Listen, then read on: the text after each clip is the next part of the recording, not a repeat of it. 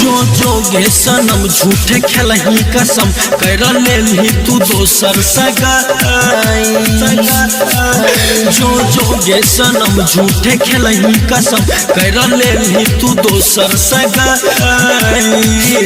जो जोगे हारा जाई कैले तू बेवफाई।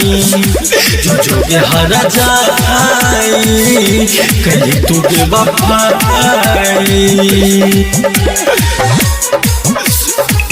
अभी आप सुन रहे हैं बिट्टू यादव की शानदार प्रस्तुति।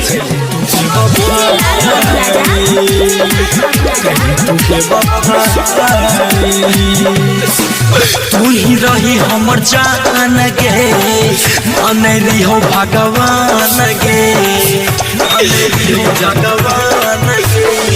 जन से ज्यादा हम प्यार कैलियो कैलही सब बेकार गे। अब सोझा नहीं अबो नहीं मुँह देखबो तू दे दिलही हमरा रोआई। जो जोगे हारा जाई तू कैली बेवफाई। जो जोगे हारा जाई तू कैली बेवफाई। जोगे हारा जाई कैली तू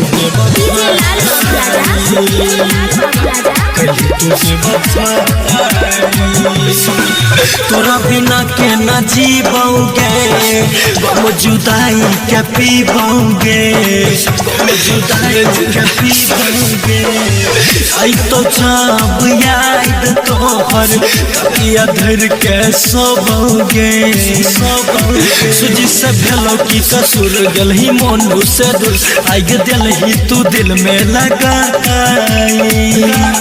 जोगे हारा जाई तू कैली बेवफाई।